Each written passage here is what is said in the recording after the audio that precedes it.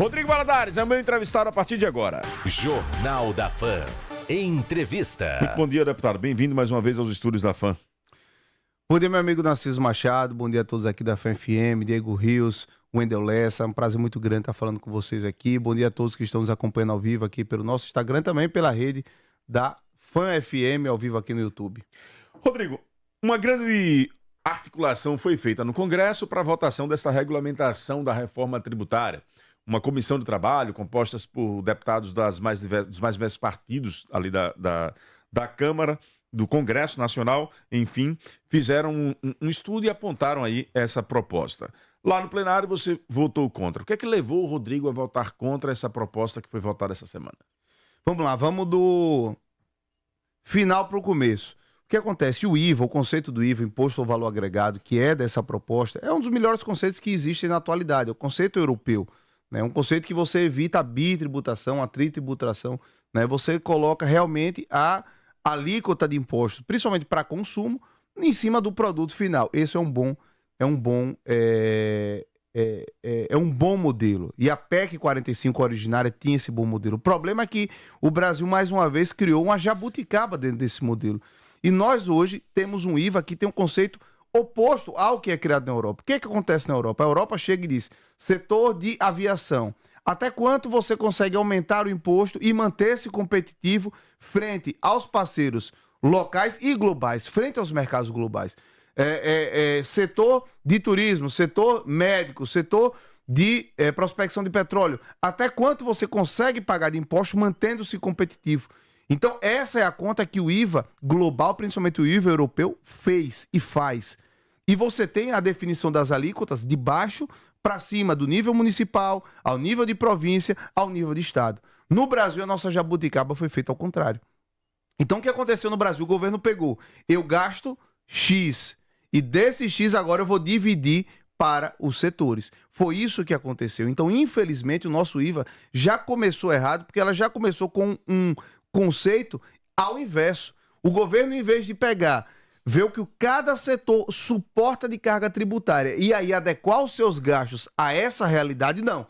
O governo disse, olha, eu vou gastar tanto, e a gente sabe que os rombos a cada ano estão aumentando no governo Lula, já passamos de 300 bilhões de rombo nominal. Se você contar pagamento de juros, pagamento de dívida, chega a mais de 700 bilhões de rombo, déficit, né, total do governo. Você tem o déficit primário e você tem o déficit após o pagamento de juros. Então, a situação do Brasil é calamitosa. E o governo pega essa conta máxima e diz, olha, a partir daí, nós vamos distribuir dentro dos segmentos. Então, o que acarretou, Narciso? Hoje o Brasil, infelizmente, vai ostentar o maior imposto do valor agregado do mundo, com a carga tributária média de 26,5%.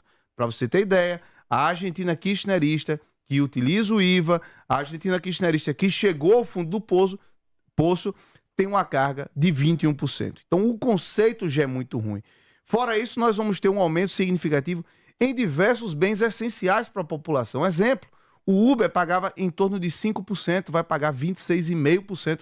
A sua corrida de Uber vai ficar quase 30% mais caro, porque é muita inocência achar que o trabalhador do Uber, que já está numa dificuldade financeira tremenda, aumento de preço de combustível, um carro popular custando 70, 80 mil reais, vai absorver aquele impacto. Não vai, não tem condições. O trabalhador do Uber, que já está na dificuldade, vai repassar. A indústria de videogames que Bolsonaro isentou, e aí a pessoa fala, Rodrigo, que besteira você falar de videogames. A indústria de videogames hoje no mundo é maior que a indústria do cinema.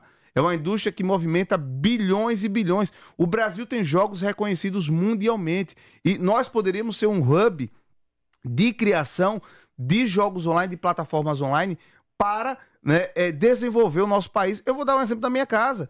Eu tenho um primo lá de Salvador que ele criou um jogo, vendeu pro Miniclip. Hoje esse meu primo tá milionário, mora lá em Oregon, Oregon, nos Estados Unidos, e faz jogos. Por que ele saiu do Brasil? Porque no Brasil a carga tributária é altíssima. Você tem ideia, esse jogo dele foi a palavra mais pesquisada do Google no ano 2015. Saiu naquele seriado do Kevin Spacey, House of Cards. O Brasil poderia ser um hub de criação de jogos, um hub de criação de mídia de videogame. Já estamos condenados, porque vamos ter uma mega tributação em cima de videogames, medicamentos. medicamentos terão, vários medicamentos, uma alíquota muito maior do que já tem hoje. Fora a sua cervejinha, que foi prometida por Lula, que vai ter o imposto do pecado, e trazendo agora para Sergipe. Sergipe, recentemente, Narciso, desculpe se estou falando muito, mas só que a gente agradece essa oportunidade para esclarecer a população quanto essa reforma é ruim. Sergipe recentemente descobriu grandes reservas de petróleo, mas principalmente de gás natural. O que foi que entrou, nós que já temos uma alíquota de quase 70% em cima de toda a cadeia para a prospecção de petróleo, essa alíquota vai aumentar. Então, algo que poderia levar Sergipe para um novo nível já vai ser condenado. E aí, como é que o nosso petróleo, como é que a nossa prospecção de óleo mineral, de gás natural vai ficar competitivo a mercados globais? Não fica. Você vai na Bolívia, você abastece Petrobras a metade do preço do Brasil. Você vai na Argentina, abastece Petrobras a metade do preço do Brasil. Mesmo com Petrobras. Prospectado no Brasil, refinado no Brasil, mas lá, como não incide a cadeia de impostos para a importação, o cidadão da Bolívia, do Paraguai, do Uruguai, da Argentina, tem um combustível que é metade do nosso preço. Então, né, carro popular, que já está um absurdo, eu quero saber qual trabalhador consegue comprar um carro popular hoje, zero, um Mobi, um Kwid, de 70 mil reais, é impossível.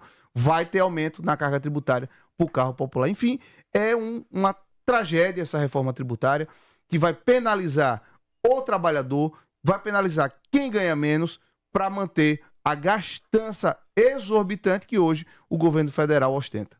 O Marcos Rocha, que é presidente da Associação Sergipana de Seguranças Profissionais, pergunta aqui, qual será o impacto da reforma nas pequenas e médias empresas, como funciona o cashback e como está a pré-campanha da sua esposa Moana Valadares? Excelente, vamos lá.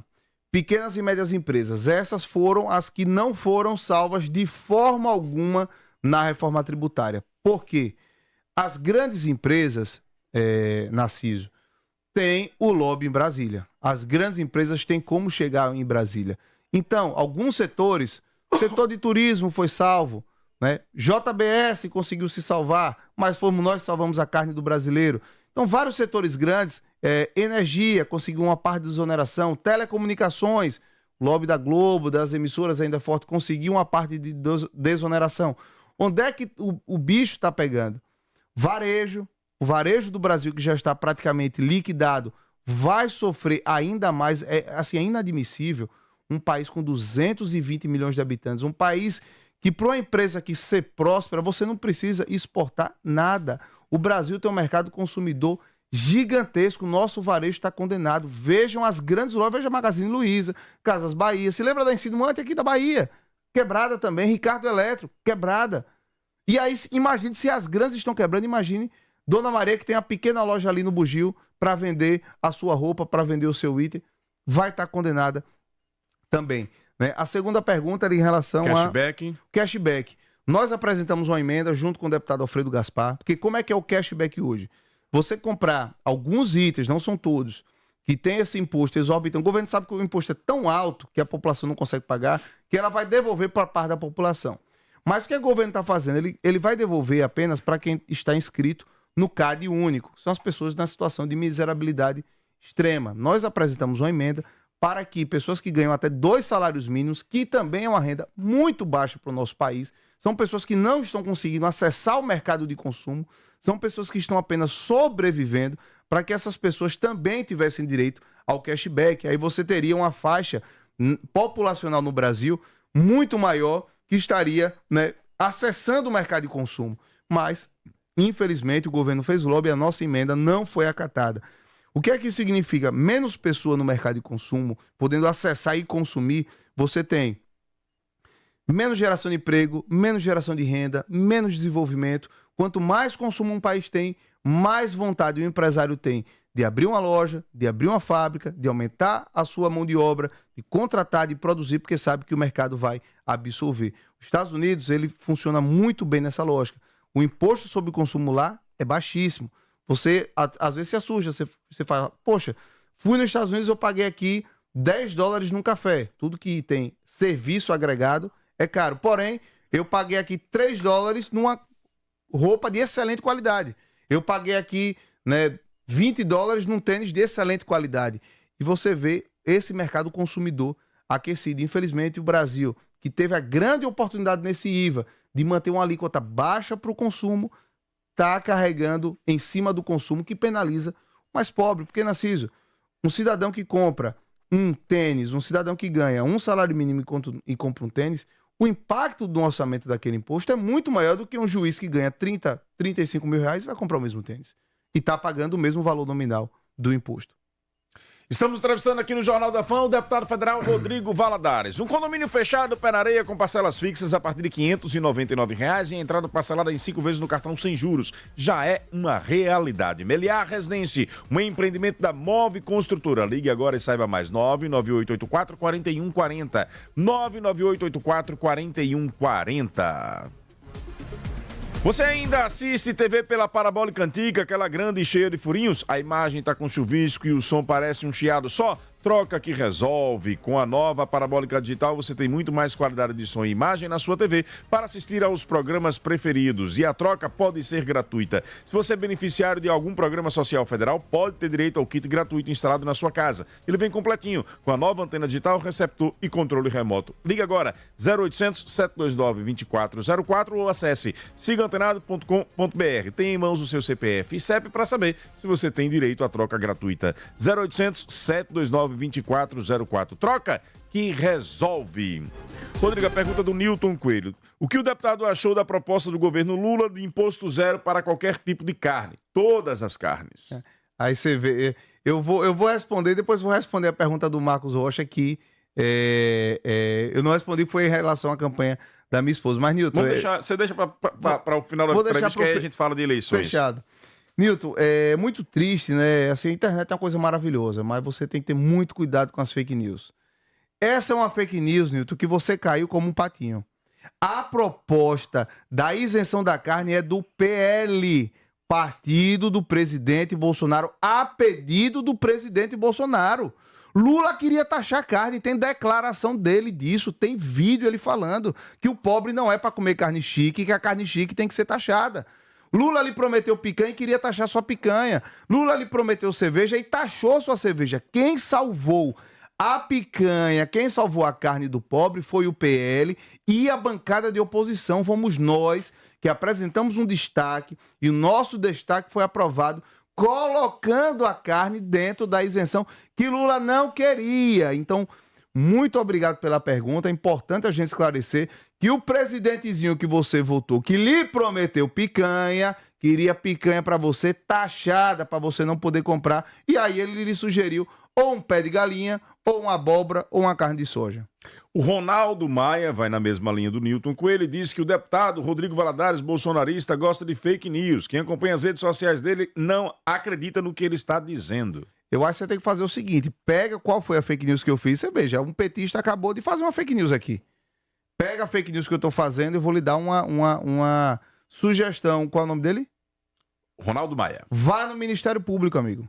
Se qualquer fake news que você achar na minha rede social, vá no Ministério Público, federal, estadual, vá na polícia, abra um inquérito contra mim, bote pra torar. Eu quero responder cada fake news que vocês acham que eu faço na justiça. E aí vamos ver quem tem razão.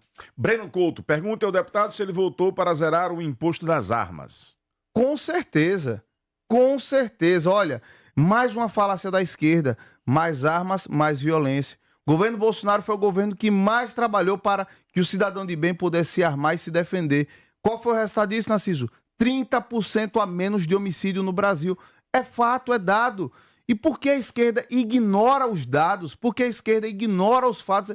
É assim, é uma idiotice que não tem outra explicação. Você tem o dado ou a falácia, ou o argumento burro. A esquerda faz o quê? Ignora o dado e vai para o argumento.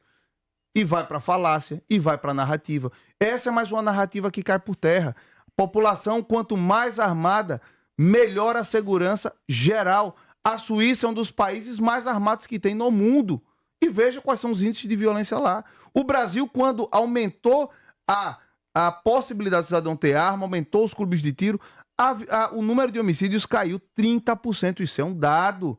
Agora, vocês tanto ignoram esses dados que caíram na conversa de cerveja e picanha, elegeram um ladrão e estão aí pagando o pato. O Leônio diz o seguinte: pergunta ao deputado se a PF está criando narrativas, nesse caso da ABIN paralela, ou se é um trabalho investigativo que deve ter o respeito da sociedade brasileira. O que acontece? Enquanto o Lula estava metendo no bolso do trabalhador imposto, enquanto o Lula está botando déficit no nosso país, enquanto o varejo está sendo liquidado, enquanto a nossa economia está sendo liquidada, o governo precisa de uma narrativa para manter a população anestesiada. E aí entra joias, e aí entra a BIM paralela, e aí eles vão criando a cada dia uma narrativa, é carteirinha de vacinação, e aí vai levando para a população ser enganada. Mas a população, graças a Deus, Narciso, hoje está cada dia mais ligada, a população não é besta.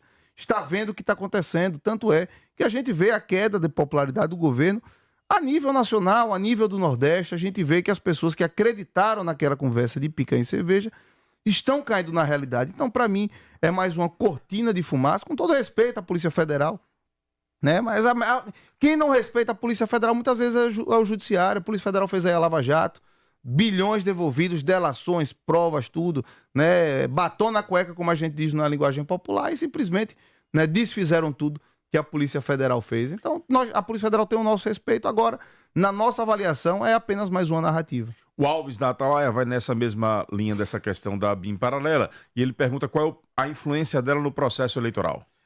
Veja, é mais uma narrativa, é a BIM paralela, é 51 imóveis comprados com dinheiro público, ou com dinheiro à vista, é carteirinha de vacinação, é joias, veja, cada hora uma narrativa, né? As joias já foram todas devolvidas. O Eduardo Bolsonaro fez uma sugestão que eu acho muito boa, pede lá para o príncipe da Arábia Saudita pedir ao acervo nacional, que já estão lá com eles todas as joias, essas joias que estão em queda, já estão todas devolvidas.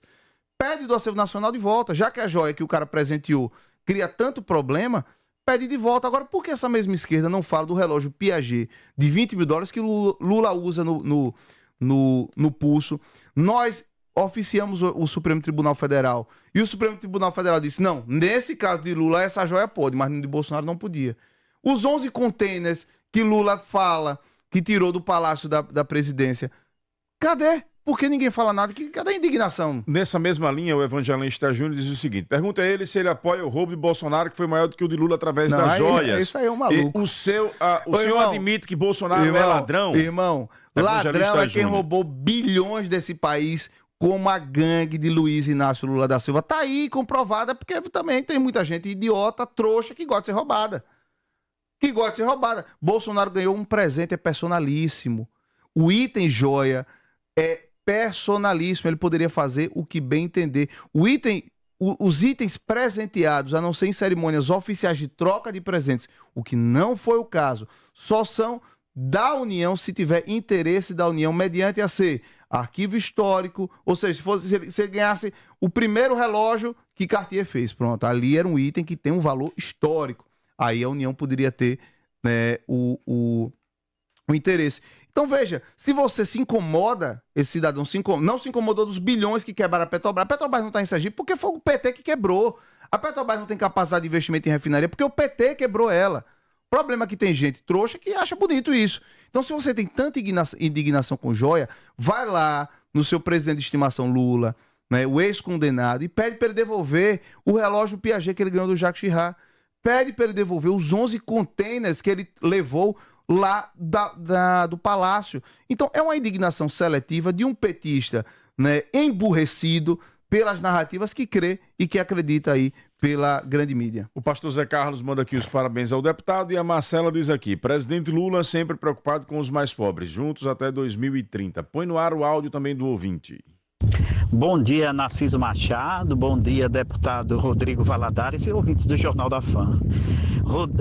Rodrigo, é interessante, rapaz, você fala de uma forma tão linda que eu proponho que você leia Gessé Souza, né? A tolice da inteligência brasileira. Você acha que todo mundo é burro ou desprovido de inteligência, para ser até mais elegante?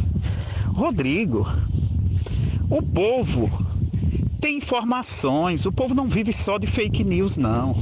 Governo de fake news é o que você defende. Agora, Você vir comparar o Brasil com a Europa, você dá a impressão de que é conservador e defendendo jogos.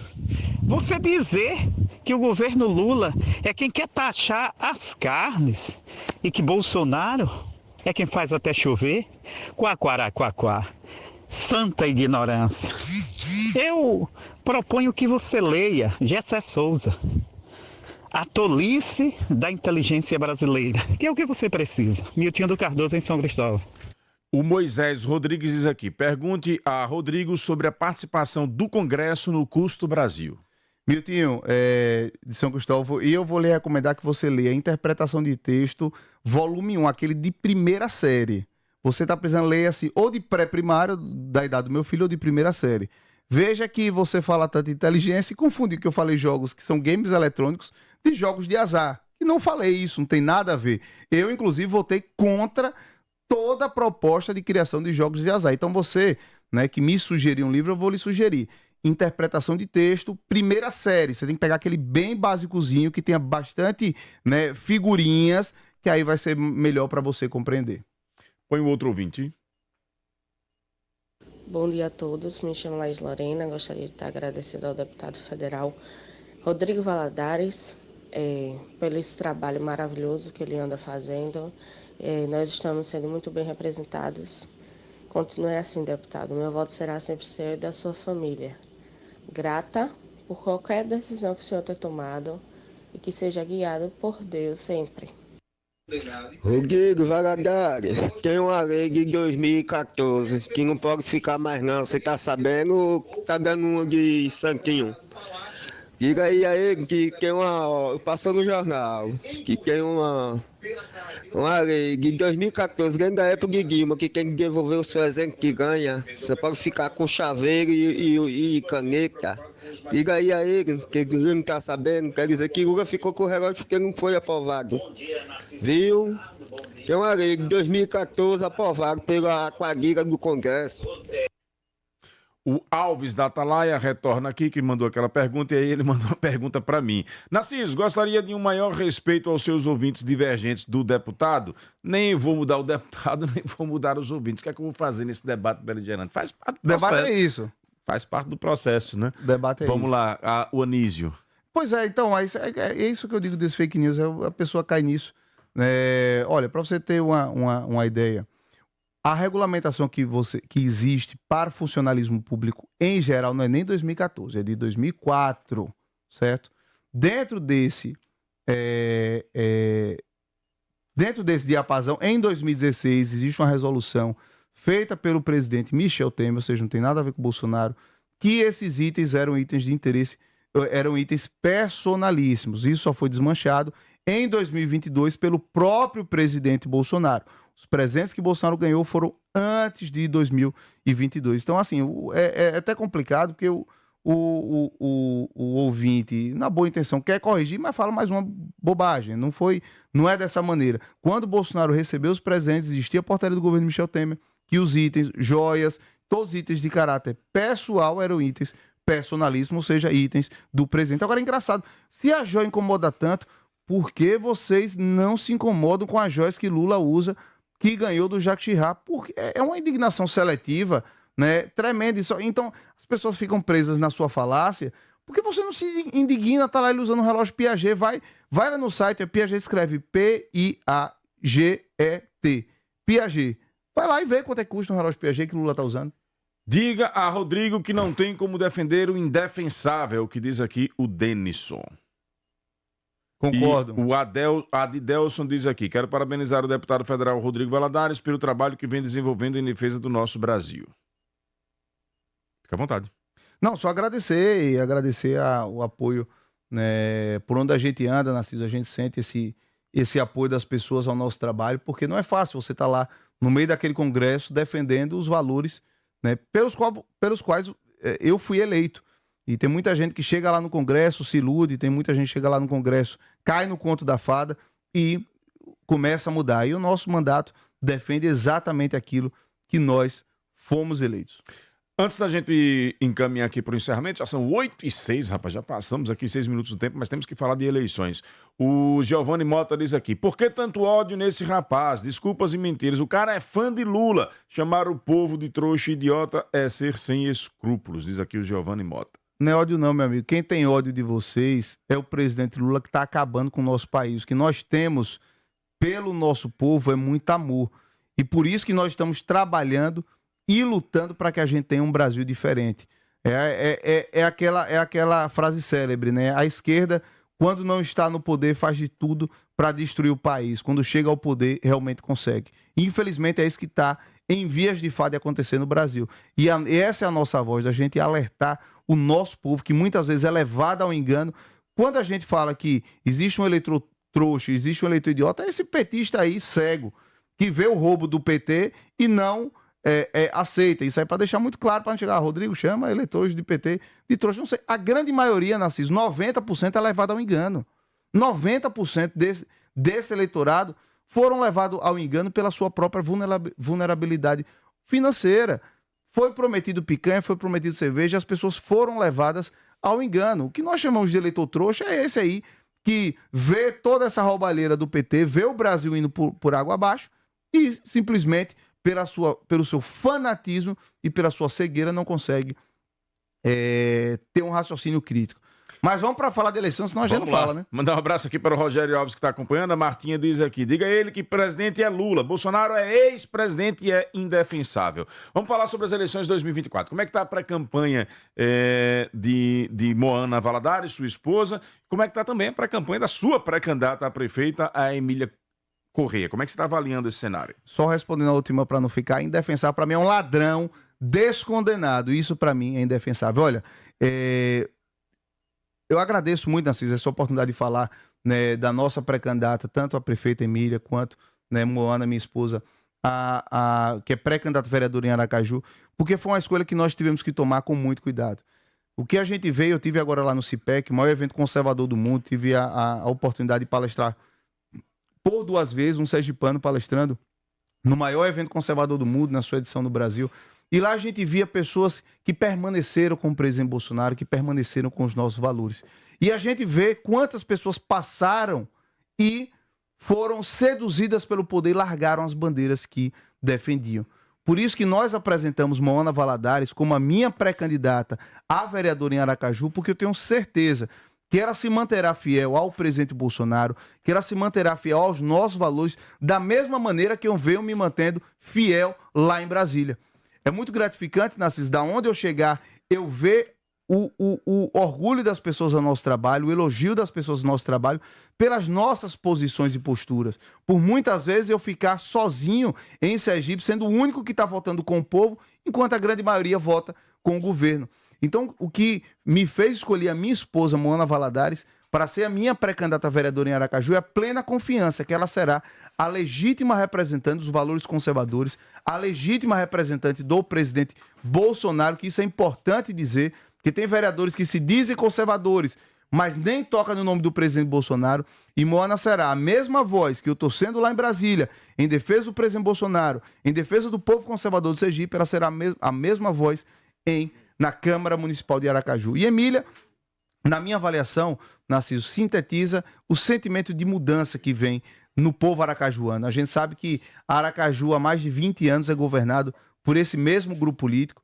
E é muito constrangedor a gente chegar muitas vezes em Brasília e ver, né, Maceió como está evoluindo. O prefeito JHC encontrou comigo mês passado. Maceió está com mais de 1 bilhão em obras em execução.